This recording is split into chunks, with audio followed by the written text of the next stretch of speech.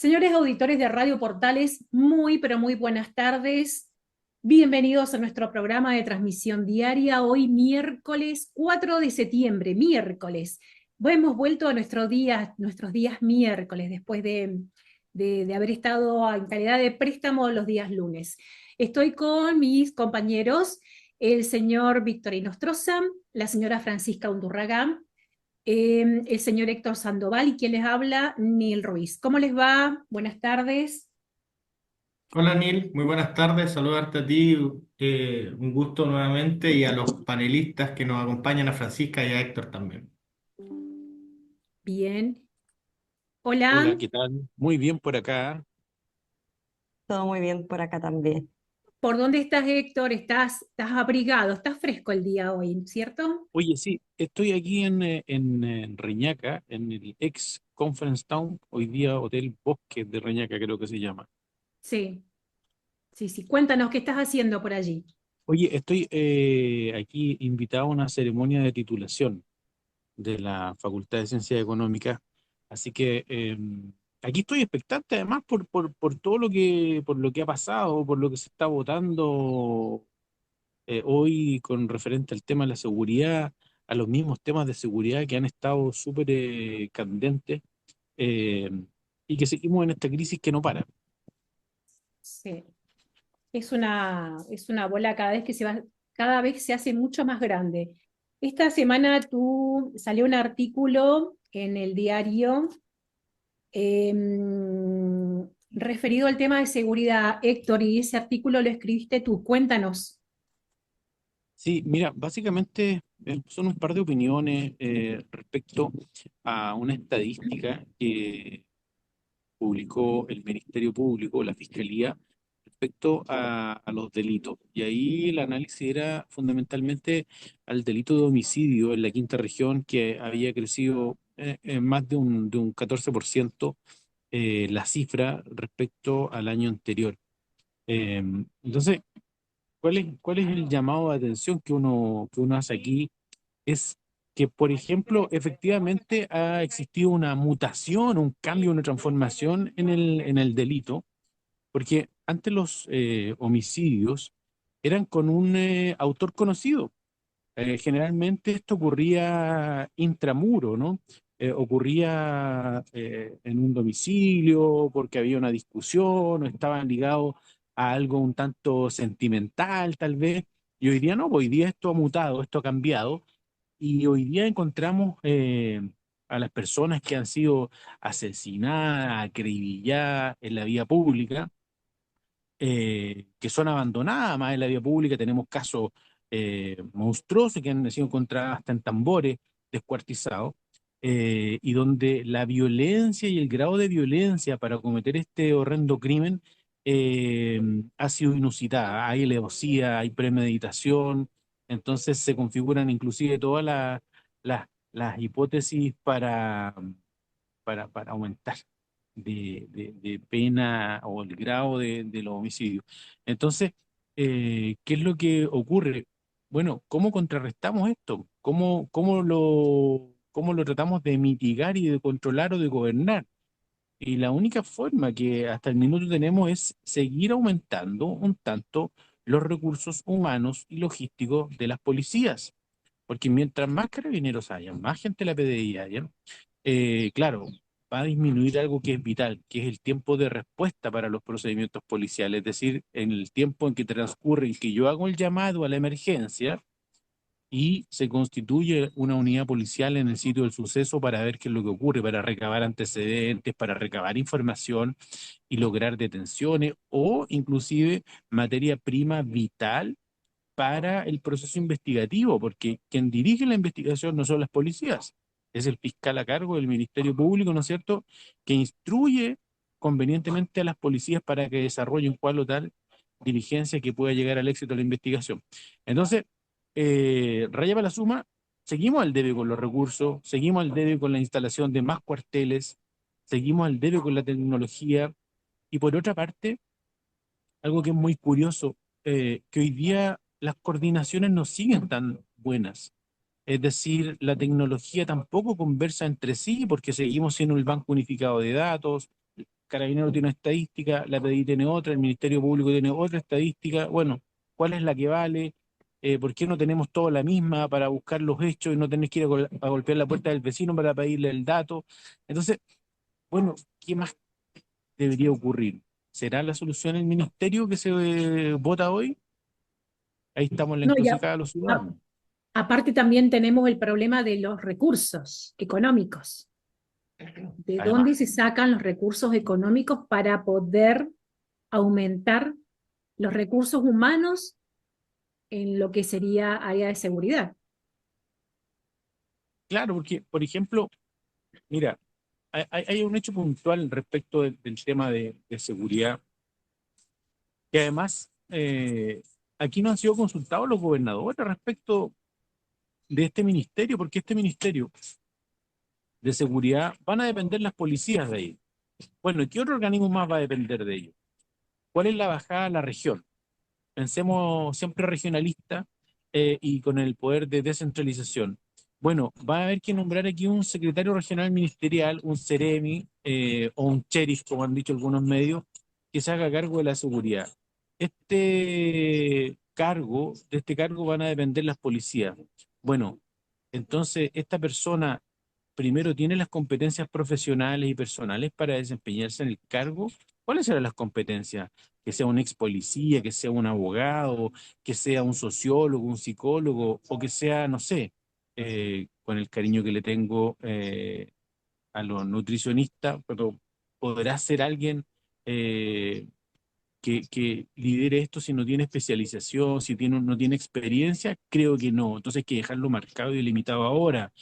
Además, por ejemplo, y con esto voy a terminar para que no sea un monólogo esto, mira, si hay una protesta, una marcha, una toma de rehenes, bueno, ¿quién va a tomar la decisión operativa? ¿El Seremi, este sheriff de la seguridad, o eso va a recaer en las policías y en la estructura administrativa que tienen conforme a las leyes orgánicas y sus reglamentos? Tampoco lo hemos visto. Entonces, ¿cuál ha sido el aporte? Porque criticamos también nosotros que los gobernadores tienen que empoderarse y también, como se dice trivialmente, meterse en los ámbitos de seguridad pública, pero están impedidos porque no está dentro de sus facultades. Pero tampoco los invitaron a esta mesa y a que dieran su opinión. En definitiva, son quienes van a asignar los recursos a través de los gobiernos regionales para las policías. Entonces, ¿por qué no hacer todo bien de una vez? Según tu experiencia, ¿por qué a cuentagotas toman este tipo de decisiones? ¿Qué opinas tú? Mira, yo creo porque no han sabido manejar la crisis, fundamentalmente por eso, porque creen que, bueno, se sale, supongamos que se votó, se aprobó el tema del ministerio hoy día. O sea, la crisis no está solucionada mañana ni en un mes, po, ni tampoco en 6 meses, y tal vez en un año. Entonces, creo que es parte de un todo en que los recursos deberían haber sido asignados hoy día extra presupuesto normal para buscar algunas otras soluciones, por ejemplo. Ujú. Víctor, ¿tú querías comentar algo? ¿Querías decir algo al respecto? Sí, primero estar completamente de acuerdo con lo que señaló Está Héctor. muy bajo tu audio, me parece. Dame un segundo. Ahí sí se me escucha mejor. Ahí sí. Súper. Ujú. Eh, Quería concordar con lo que señalaba Héctor primero sobre el cambio notorio sobre la forma de cometer los delitos hoy en día, estas balaceras donde una persona queda con, no sé, 50 balas alojadas en su cuerpo, esto también, estas personas que son encontradas fallecidas en un tambor y todo ese tipo de cosas que antes, hace unos 20 años atrás, se veían muy, muy, muy a cuentagotas y hoy día lamentablemente están pasando casi todos los meses. Y eso a propósito de que el crimen organizado real, el crimen organizado que se ve, por así decirlo, en las películas, ha llegado al país, se ha instalado. Es cosa de ver el juicio que hubo en el norte contra una facción importante del Tren de Aragua, donde se formalizaron a cerca de 40 personas de una sola vez. Acá también, en la región de Valparaíso, tuvimos un caso también de un juicio donde muchas personas, si no me equivoco, eran 12, quedaron en prisión preventiva de una sola vez. y completamente de acuerdo con el análisis que hizo en el artículo que fue publicado y que ahora estaban citando. Y respecto al Ministerio de Seguridad, claro, hay un... Y por así decirlo, el reclamo de los gobernadores regionales, de los gobiernos regionales que no fueron escuchados, porque efectivamente no fueron escuchados, el control del orden público sigue quedando en manos del gobierno central y ahí podemos debatir si es que esta medida está bien tomada o mal tomada. Muchas veces acelerar este traspaso de competencias tan importantes como es la seguridad pública a los gobiernos regionales puede ser un poco abrumador para los gobiernos regionales que están recién instalándose, por así decirlo, en la institucionalidad actualmente como gobernadores legítimamente electos por la ciudadanía. Y también cae la pregunta de que si es que los gobiernos regionales en el primer periodo electos por la ciudadanía no fueron capaces de administrar bien las competencias, las pocas competencias que tenían, van a ser también eficientes al controlar las competencias de orden público, que son ya ultra importantes. Entonces, yo soy una persona regionalista, a mí me gusta que las decisiones se tomen de abajo hacia arriba, por así decirlo, desde la, los municipios, desde los gobiernos regionales hacia el gobierno central, pero en este punto en específico y dada la performance de los gobernadores regionales, en este último periodo, no sé si es que da para entregarle estas competencias. Lo que sí pueden hacer los gobernadores regionales, y con justa razón, es cobrarle la palabra al presidente de la República, que él en campaña dijo que iba a eliminar la figura del delegado presidencial y entregarle todo este tipo de facultades a los gobiernos regionales, pero más que eso no podrían, ya que el presidente finalmente chocó con la realidad y muchas de las cosas que había dicho que iba a hacer en campaña finalmente no fueron así. Y otra cosa también que a mí me gustaría saber, y luego que instalado este nuevo ministerio, vamos a resolver esa duda de qué va a pasar con el Ministerio del Interior. Yo honestamente no soy muy fan de crear más y más ministerios, porque por ejemplo, si es que tenemos fallas en el crecimiento, crear el Ministerio del Crecimiento, cuando está el Ministerio de Hacienda y el Ministerio de Economía, que tienen que estar encargados para eso. Pero bueno, dada la crisis que tenemos en materia de seguridad, quizás sí era pertinente sacar la Subsecretaría del Interior y la Subsecretaría de Prevención del Delito del Ministerio del Interior y alojarla en un nuevo ministerio quedando una especie de jefe de gobierno, la ministra Toa, el ministro del Interior, y vamos a ver cómo puede ese nuevo ministerio, porque el Ministerio del Interior va a pasar a ser un ministerio nuevo también, que tiene otras competencias, a ver cómo juega en este sistema político que tenemos actualmente. Yo quería hacer la unión de los dos temas, eh, un poquito. Tomando lo que decía Héctor respecto a los victimarios desconocidos, eh, y claro, y el auge del homicidio en Chile y particularmente en la quinta región. eh, claro, ahí es importante considerar que el nuevo crimen, el crimen que tenemos hoy en día es nuevo, es distinto, y este tipo de crimen en particular, el de victimario desconocido, requiere mucho mayor inteligencia de la que hemos tenido hasta ahora. Requiere una inversión importante no solamente en tecnología, que creo que es un poco lo que ha estado eh, full en boga últimamente, sino también en personal capacitado para analizar los distintos datos que hay respecto a los delitos y particularmente de los delitos de homicidio.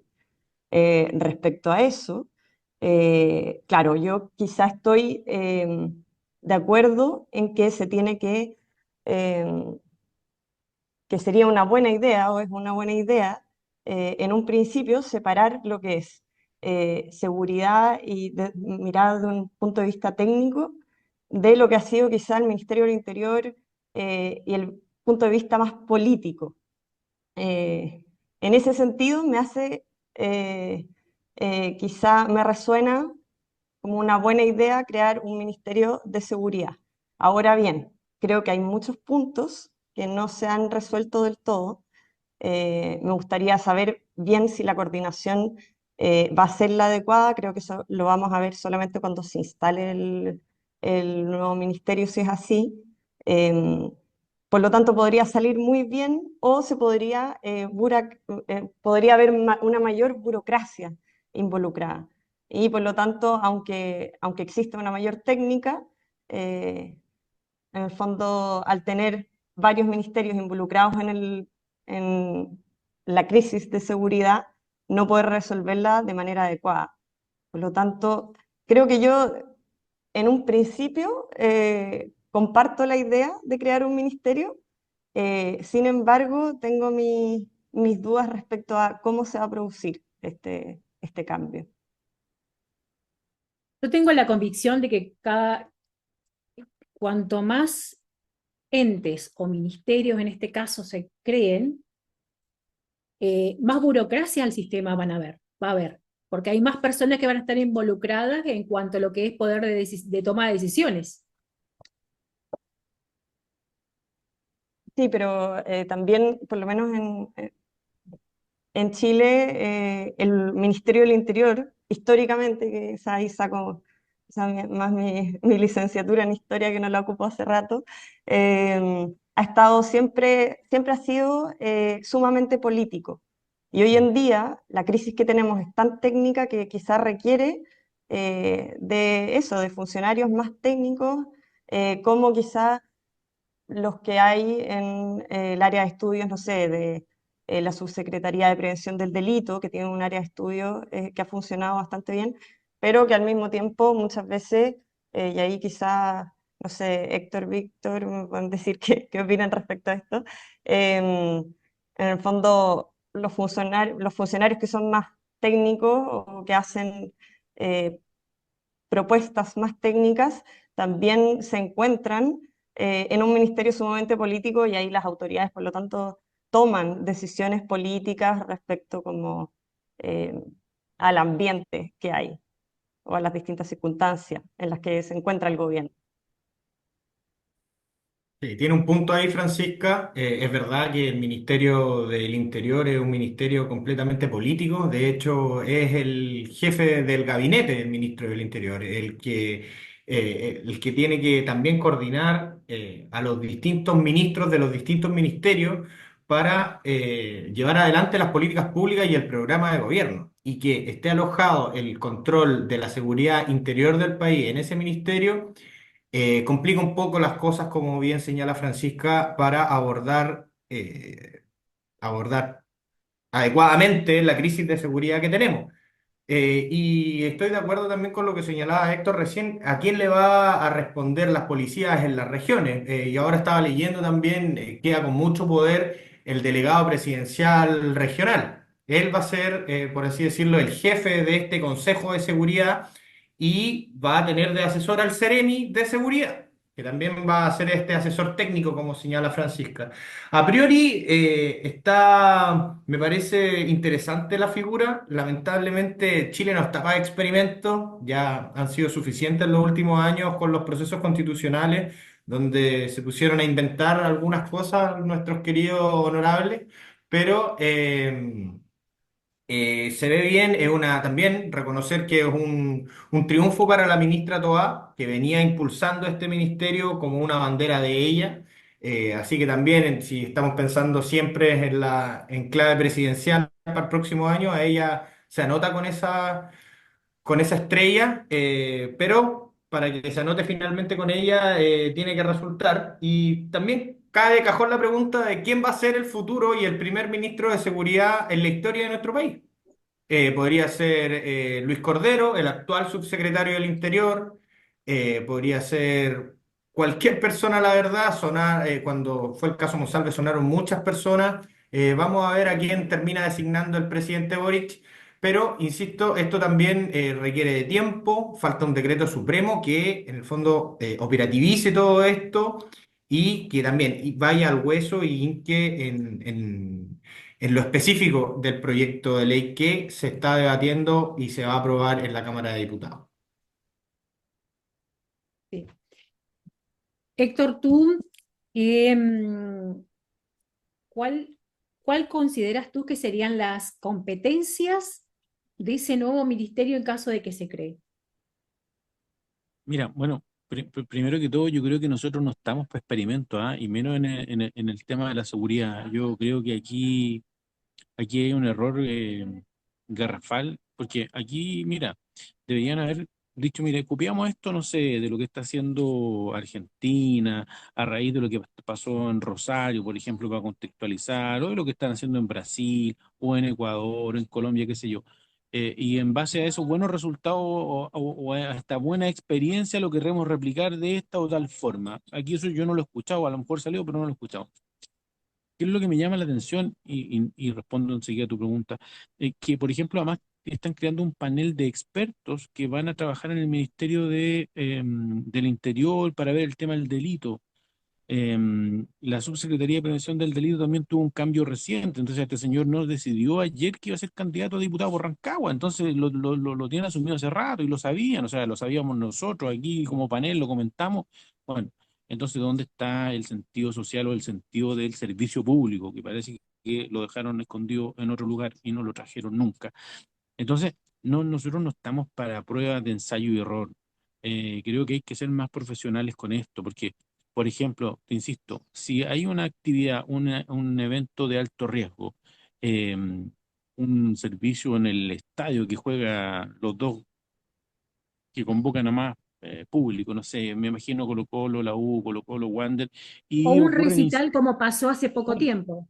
o un recital, efectivamente, y hay que desalojar, hay que intervenir. ¿Quién toma la decisión?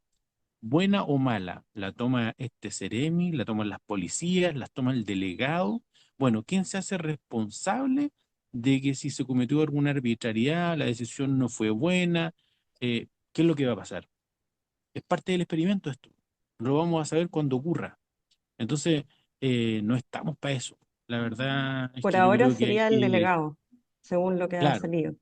pero, insisto, no estamos nosotros hoy día para vivir o para ser parte del experimento, me resto de eso. Creo que hay un error grave. Ahora, las competencias, yo creo que aquí hay por dos partes, las profesionales y las personales. La profesional es la que creo que debemos que abocarnos. Bueno, yo creo que tiene que ser una persona que ojalá tenga una carrera de a lo menos 10 semestres. ¿Ah? Con un par de posgrados, postítulos en el ámbito social, de seguridad, de prevención, porque además de la mano con esto va a ir también la seguridad privada, va a ir la reducción de riesgo de desastre, porque también capaz que quieran cambiar en la ex ONEMI a depender de este ministerio, la relación con los municipios, capaz que dependan de este ministerio también en el ámbito de la seguridad. Por lo tanto, necesitamos a alguien que sea experimentado en esto. ¿Qué va a pasar con la Agencia Nacional de Inteligencia? ¿La van a terminar llevando a este ministerio? ¿Va a seguir dependiendo del Ministerio del Interior y vamos a tener una policía política ahí? Eh, Quedan interrogantes que ojalá de la mejor manera posible se respondan. A lo mejor estoy muy alarmista, yo me estoy yendo para un extremo. Está bien. Bueno, les cuento que se nos terminó el primer bloque, así que les propongo que nos reunamos en breves segundos luego de una pausa musical y seguimos hablando sobre estos temas. ¿Les parece? Señores auditores de Radio Portales, retomamos nuestro segundo segmento. Hoy día, miércoles 4 de septiembre, ya estamos ahí cerquita de las fiestas. Eh, Estoy con mis colegas Víctor y Nostroza, Francisca Unturraga, quien les habla, Neil Ruiz. ¿Cómo se están preparando para las fiestas? ¿Han pensado en algo? Hoy estaba haciendo yo, hace unos días estaba haciendo una lista de todas las personas a las que le tengo que regalar algo. No son muchas, pero ya empecé a ver cuántos regalos tengo que comprar y todas esas cosas. A mí me gusta particularmente la Navidad y me gusta pasarlo en familia, así que es entretenido por lo menos. Sí. ¿Y tú, Yo Francisca? también. Yo aproveché el Black Friday, así que ahí aproveché de comprar con ofertas, que no se enteren a quienes les regalo. Claro. Bueno, es que muchas veces hay que tener mucho cuidado porque hay casas comerciales que el Black Friday lo utilizan como para simular un descuento y no es tan real. Sí, hay que Sí, ser cuidado. muy busquilla Mm. y preocuparse de que efectivamente la oferta sea una oferta. Sí, tal cual. Y más cuando son listas interminables de personas a quienes hay que regalar cositas, hay que ser, la verdad, que muy, muy, muy detallista. ¿Lo pasan acá en Viña, ambos? No, viajarán.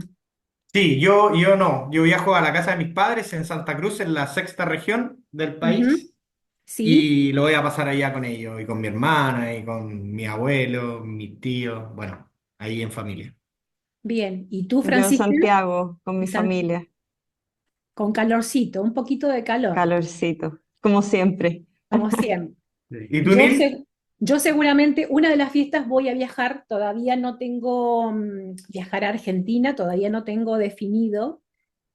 Y sí, lo voy a pasar con mucho calorcito porque por lo general a la zona donde yo voy, el año pasado hacían 43 grados de Ah, temperatura mira. y eran las 11 Pues. de la noche. Mm. Entonces, Cerca de uno la que cordillera, sería, no, como a 200, a ver, 200, como a 300 kilómetros de la cordillera hacia adentro. Ujú. Así que son veranos muy calurosos, inviernos muy fríos. Temperaturas de 43 grados a 15 grados bajo cero, una cosa así.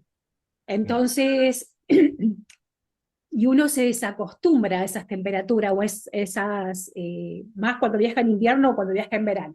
Y el año Sí. pasado recuerdo que hacían 43 grados y eran las 11 de la noche y no corría nada de viento. Tú te tirabas a la piscina y era como tirarte a una taza de té caliente, no, era terrible. Pero bueno, es parte de la vida y uno tiene que estar con su gente. Sí, Así que ahí estaremos, por eso. supuesto, contenta. Bueno, luego de este breve, así tenemos que distendernos un poquito por todas estas cosas que están sucediendo. Sí. El presidente Propongo, va a ser papá también, aprovechando la nota de color y para introducir sí, el tema, va a lo ser papá con comunicó, su pareja. Sí, lo lo comunicó comunicó a ayer. través de su Instagram. No, Sí, lo está. en el Sí, Twitter. de las dos, de Instagram y Twitter, ahí lo Sí. comunicó, subió una foto bastante bonita de la ecografía.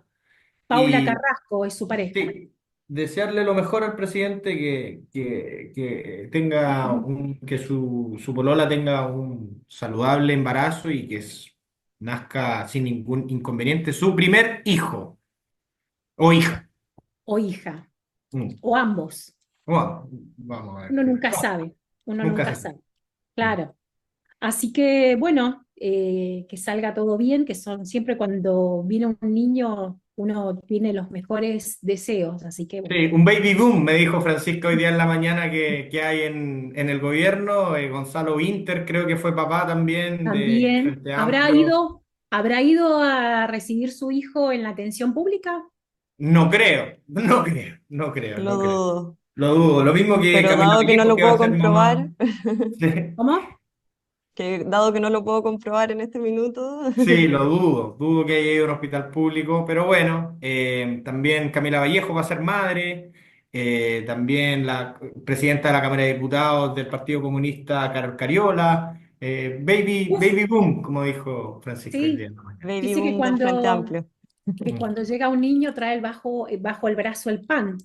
Sí, esperemos. Esperemos que ¿Será? traiga para todos los chilenos, sobre Porque todo el hijo del presidente. acá sería muchos panes o un pan grande.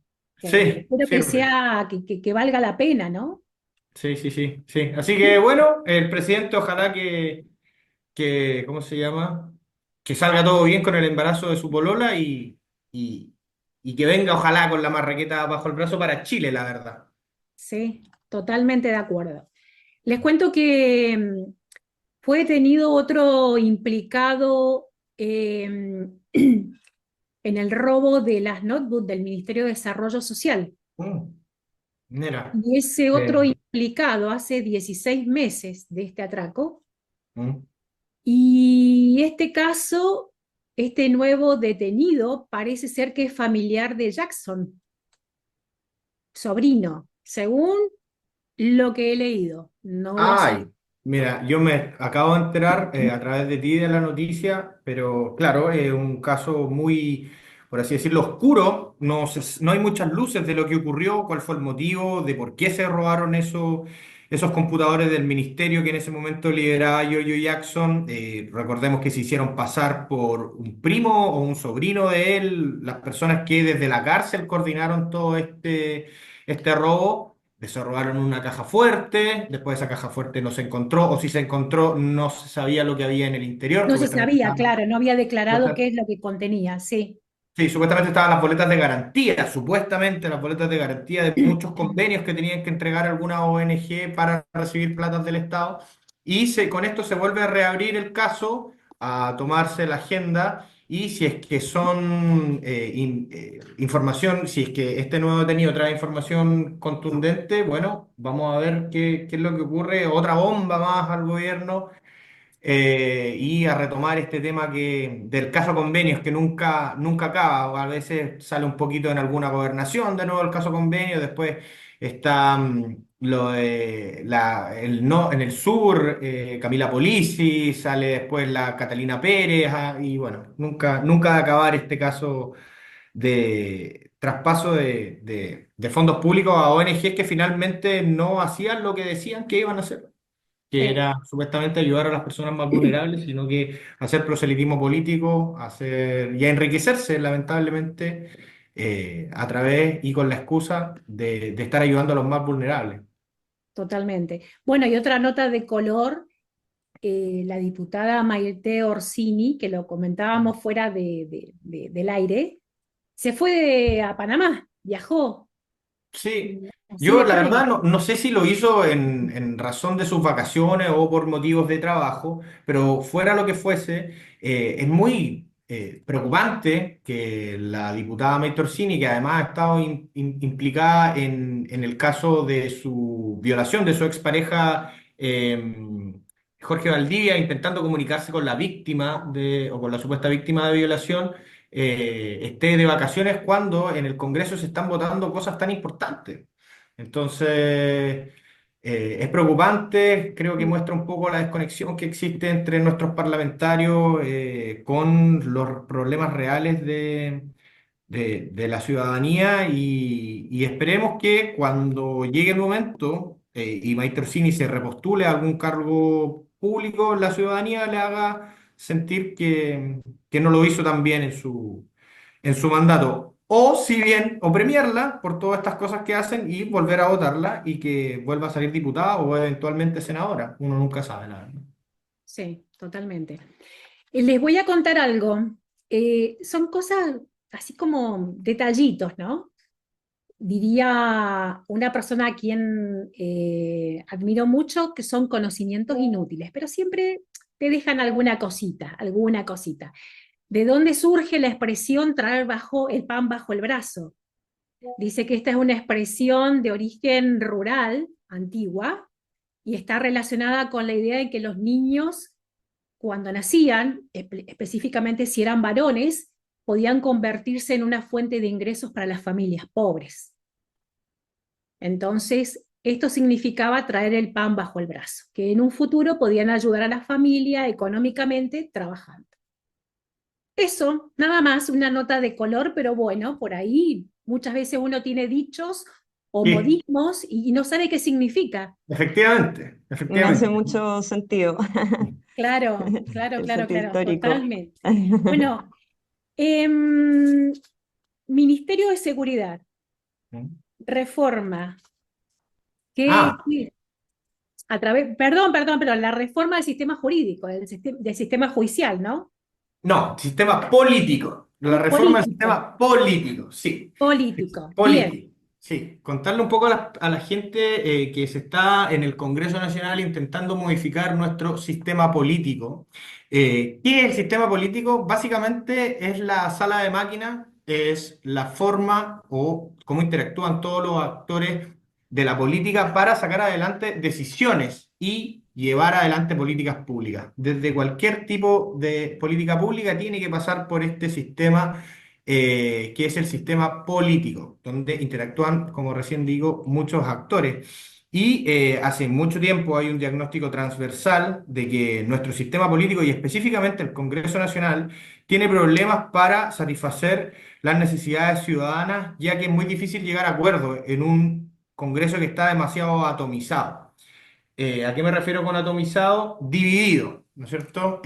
Cuando fue la última elección parlamentaria en el Congreso Nacional, entraron con representación política 21 fuerzas políticas, 21 partidos políticos tenían representación en el Congreso, cuando históricamente fueron 8, 7, que hacía mucho más fácil los acuerdos. Pero con la reforma de Michelle Bachelet, con el término del sistema binominal y con la baja de barreras para crear nuevos partidos políticos, proliferaron y ingresaron muchos partidos políticos con representación al Parlamento, lo que hace muy difícil aprobar distintos tipos de cosas. Fue muy difícil aprobar el Ministerio de Seguridad, ha sido muy difícil aprobar la reforma de pensiones, la reforma que también se hace cargo del problema de la ISAPRE en parte, y ahí sí, un millón de cosas.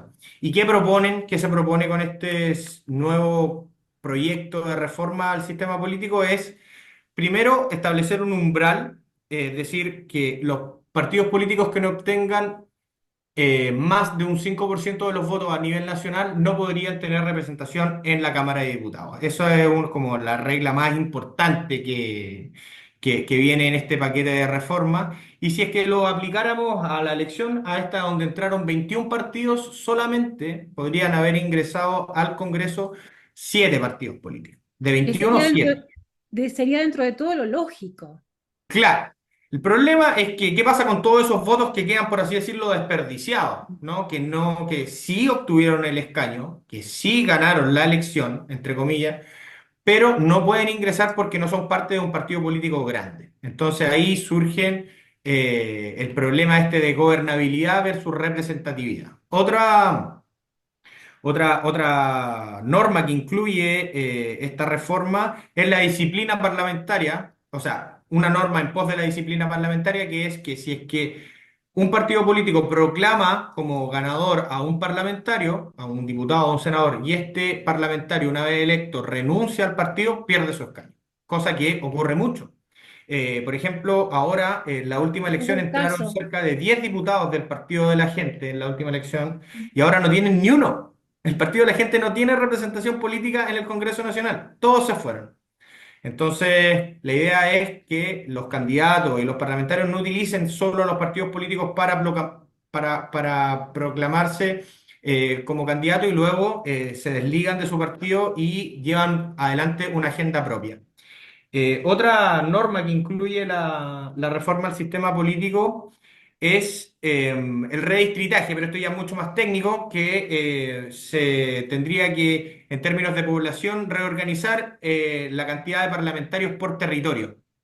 Eso nos gusta mucho, por ejemplo, en las regiones más australes, donde hay menos población, ya que perderían representatividad. No tendrían parlamentarios que representen esas zonas, ya que vive muy poca gente y quedando con mucha más representación las zonas con mayor densidad poblacional. Y básicamente esas son las reglas que trae este nuevo sistema, esta nueva reforma, que lo que trata de hacer es, en el fondo, poner un poquito el orden al Congreso Nacional y que no existan tantas fuerzas políticas independientes. Lo que es rescatable de esta reforma es que, a pesar de otras, esta ha sido presentada por senadores de izquierda y senadores de derecha, pero no cualquiera. Está el socialismo democrático representado con senadores del Partido Socialista y del PPD, y por la derecha está solo Chile Vamos, el Partido Republicano y otras fuerzas más de derecha no entran.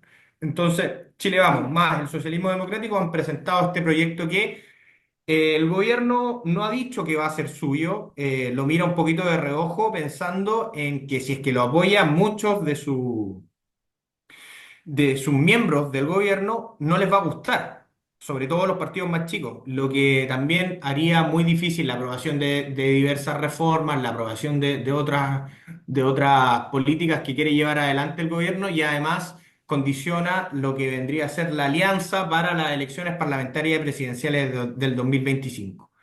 Entonces, se presenta en una época o en un tiempo en el que, según yo, no es tan pertinente, sobre todo porque se viene esta elección y además eh, porque hay muchos condicionantes, tanto de izquierda como de derecha, para terminar siendo aprobado. A pesar de que es necesario, a pesar de que todos señalan que 21 partidos políticos dentro del Congreso y dentro de la Cámara de Diputados es demasiado, igual no se quieren poner de acuerdo. Y la verdad Yo que... No, sigue, Francisca. Yo la verdad concuerdo con Víctor, es un cambio que se tiene que hacer, si es ahora o no, y si se va a lograr, vamos a verlo con el tiempo. Lo que sí quería rescatar dos cosas. Una, quizá hay partidos políticos que impulsaron esto, pero que claramente no lo hicieron por conveniencia, como Evópoli y el PPD, y creo que eso es sumamente rescatable. En el fondo tenemos políticos todavía que están pensando más en la gobernabilidad del país, más que en sus réditos políticos, sacarle provecho, en el fondo, a las leyes de una manera partidista. Eso por un lado. Y por otro, quería rescatar, estuve leyendo esta mañana un estudio sumamente interesante de tiempos de tramitación que publicó Faro UDD. Y claro, ahí se hace el recuento histórico desde 1990 hasta el 2024 y respecto en el fondo al promedio de días de tramitación. Y pese a que no se aprueban menos proyectos, sí se demora hoy en día mucho más aprobarlos. Por lo tanto, efectivamente, ahí estamos teniendo un problema respecto a cómo se están aprobando y en cuánto tiempo se están pasando las leyes en nuestro país. En el fondo sabemos que pueden haber muchas leyes, pero si estas no se aprueban en el tiempo que corresponde, sobre todo aquellas que son de suma urgencia, por ejemplo, eh, es sumamente negativo. Sí, tal cual. Y hablando de aprobación de leyes, se aprobó en mayo último la ley corta de las ISAPRES, donde se estipulaba que a partir de los primeros días de diciembre, las ISAPRES debían comenzar a devolver los excedentes a los afiliados que fueron cobrados en exceso durante los últimos años. Y aproximadamente beneficiaría a 700.000 personas. ¿Qué pasó? En esa ley corta que se aprobó, se estipuló que había un plan de poder devolver ese dinero que fuera de 13 años. Es una ley interpretativa, ¿no? Mm. ¿Y qué pasó? Esas ISAPRE tomaron esos 13 años con punto y coma, o sea, al detalle, y ese dinero que tienen que devolver, bueno, comenzaron a devolverlo en valores totalmente irrisorios. 0,053 UF, por ejemplo, mensual, que sería cuánto? Eh, 500 pesos, 600 pesos aproximadamente. Imagínate recibir 600 pesos mensuales durante muchos años, incluso a las personas o a los adultos mayores, más de 65 años. Así que Ahí hay una diferencia, los mayores de 80 son 2 años, y si no me equivoco, los mayores de 60 son hasta 6, 5 años máximo. Los, el problema es con los afiliados de menos de 60, porque ahí se sí, extiende en los 13 años. claro. Bueno, pero el tema es que tienen que, ese punto específicamente, reformularlo, porque por más que se haya aprobado la ley, eh, como les decía recién, es una ley interpretativa, entonces muchos pueden interpretarlo como mejor les convenga, pueden decir o argumentar que no tienen dinero en sus cajas y decir, bueno, yo tengo amparado por ley que puedo hacerlo hasta dentro de 13 años, entonces no puedo tomar a lo mejor 50.000 afiliados de más de 65 años y no puedo devolver más dinero porque no tengo plata en mis arcas. Ahí, por lo menos desde mi perspectiva, hubo un error de los políticos, porque Lo que ocurrió fue que cuando se empezó a tramitar esto, se tomó la decisión política de salvar en el fondo el sistema de ISAPRE, porque dado que si devolvían, hacían la devolución en muy poco plazo, en el fondo se caía el sistema de ISAPRE, y el problema es que hoy en día el sistema de ISAPRE ya está subsanando poco, pero igual lo hace, el sistema público, por lo tanto caían los dos sistemas en conjunto, lo que podría, y al final ahí creo que la clase política lo que generó, y creo que de ambos lados, porque ambos aprobaron estas medidas, em, claro, no supieron traspasarle a la población, sobre todo a quienes están afiliados a la ISAPRE o quienes estuvieron, porque muchos se salieron también, en el fondo que decidieron salvar y hacer esta evolución de una manera que claramente no beneficiaba a las personas, sino al sistema en total. Mm, Sí. mm. Esta, ¿qué pasa si una ISAPRE, por ejemplo, no cumple en cuanto a lo que sería la devolución de estos montos? Eh, Se las las va a tener personas, que ver con la Superintendencia de Salud, pero claro, como señalaba Francisca, esto es un error político de lado y lado, izquierda y derecha, y tanto del Congreso como del Poder Ejecutivo, que es quien tiene materia exclusiva para legislar, o sea, que tiene como atribución exclusiva para legislar sobre estos temas. Lo único que pueden hacer los congresistas es modificar muy pequeñamente algunas partes de la propuesta, pero la propuesta grande y gruesa y lo que se terminó aprobando fue la iniciativa del Ejecutivo. Acá triste ver cómo ahora que vemos los resultados de lo que legislaron, se andan pasando la pelota entre ellos.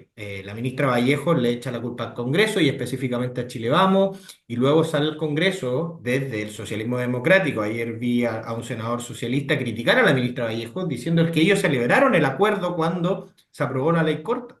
Entonces, se legisló lamentablemente con una visera puesta entre no salvar, como que la idea del gobierno era, salgamos, aprobemos esto, pero para que no se diga que el gobierno salvó la ISAPRE, pero tampoco que la hizo, que los dejó caer. Entonces, se produce esta confusión y la ciudadanía en realidad no entiende qué es lo que está pasando porque ve que le llegan de vuelta unos montos irrisorios a sus cuentas, y lo que hace es deslegitimar aún más el sistema que tenemos, que es el sistema político, que es efectivamente lo que estábamos hablando recién al comienzo de este bloque. Lamentablemente, como está el estado del arte del Congreso Nacional y del Poder Ejecutivo, no da para soluciones que sean satisfactorias para la ciudadanía. Y esta es una muestra más de que no están resultando, sobre todo un tema tan relevante como es la salud, y este tema que se viene remontando ya desde el 2010, cuando se empezaron a prohibir estos excedentes de la ISAPRE y se podía recurrir a la Corte de Apelaciones respectiva. Es un problema que está detectado desde hace muchísimos años y que simplemente ahora lo que hicieron es muchas veces, en muchas materias, poner la basura bajo la alfombra simplemente. sí, sí, sí. Bueno, les cuento que se nos terminó nuestro programa de hoy. Em, Tengan en cuenta a nuestros auditores que el domingo es 8, y entre el sábado y el domingo habrán cortes en la ruta 68, frente a lo que es el Santuario Lo Vázquez. Así que estén informados con respecto de los horarios de estos cortes programados. Les deseo excelente resto de semana, yo ya me despido, y en mi caso, bueno, ya nos encontramos el miércoles próximo. Chao, que estén muy bien. Chao. Chao, chao.